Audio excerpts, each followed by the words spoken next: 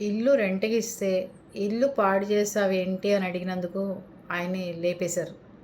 అదే పరిస్థితులు. ఇళ్ళు, వాకిళ్ళు, స్థలాలు, పొలాలు ఏవున్నా కాపాడుకోలేని పరిస్థితులనేవి సమాజంలో ఏర్పడుతున్నాయి. భయభ్రాంతులకు గురయ్యేటట్టు.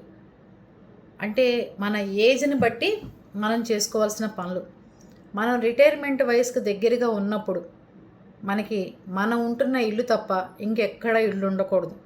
మీ పిల్లలకి వేరే సెపరేట్‌గా వాళ్ళు ఉంటున్న ఇల్లు తప్ప ఇంకో ఇల్లు అనేది ఉంచుకోకూడదు ఇప్పుడున్న సమాజంలో.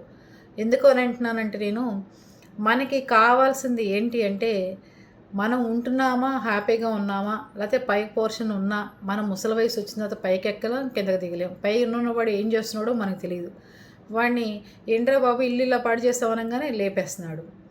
అందుకని చాలా జాగ్రత్తగా ఆస్తులన్నీ దగ్గర పెట్టుకుని కోర్టులు, పోలీస్ స్టేషన్లు, కబ్జాలు ఇవన్నీ మీరు తిరగలేరు.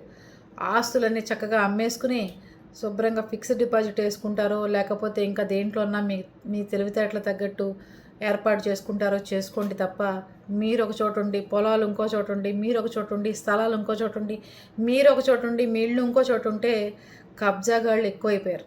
ఆలోచించి చేయండి ఏ పని చేసినా. ఓకేనా?